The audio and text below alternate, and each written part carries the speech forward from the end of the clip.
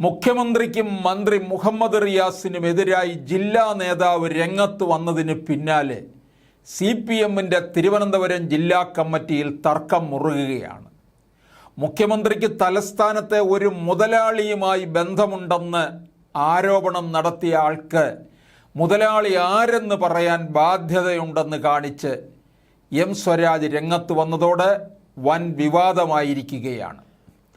തലസ്ഥാനത്തെ ഒരു മുതലാളിക്ക് മുഖ്യമന്ത്രിയുടെ അടുക്കള വരെ സ്വാധീനമുണ്ടെന്ന് ജില്ലാ കമ്മിറ്റി അംഗം കൂടിയായ കരമന ഹരിയായിരുന്നു ആരോപണം ഉന്നയിച്ചത്.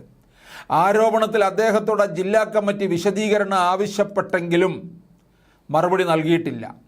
വെറുതെ ആരോപണം ഉന്നയിക്കാതെ മുതലാളിയുടെ പേര് പറയണമെന്നാവശ്യപ്പെട്ട് മേൽക്കമ്മിറ്റി പ്രതിനിധി സ്വരാജ് രംഗത്ത് വരികയായിരുന്നു.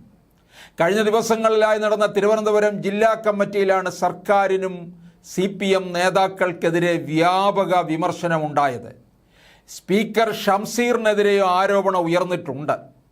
തലസ്ഥാനത്തെ ഒരു പ്രമുഖ ഫാർമസ്യൂട്ടിക്കൽ വ്യവസായിയുമായി ഷംസീറിന് ബിസിനസ് ബന്ധമുണ്ടെന്ന് കരമന ഹരി അടക്കമുള്ള നേതാക്കൾ ആരോപിച്ചു. ഈ മുതലാളിയുടെ വീട്ടിലേക്ക് പാർട്ടിയുടെ ഒരാവശ്യത്തിനായി പോലും കടന്നു കയറാൻ കഴിയില്ല. അങ്ങനെയുള്ളവരുടെ അടുത്ത് എന്ത് ബന്ധമാണ് ഷംസീറിനുള്ളതെന്നും നേതാക്കൾ ചോദിക്കുന്നുണ്ട്.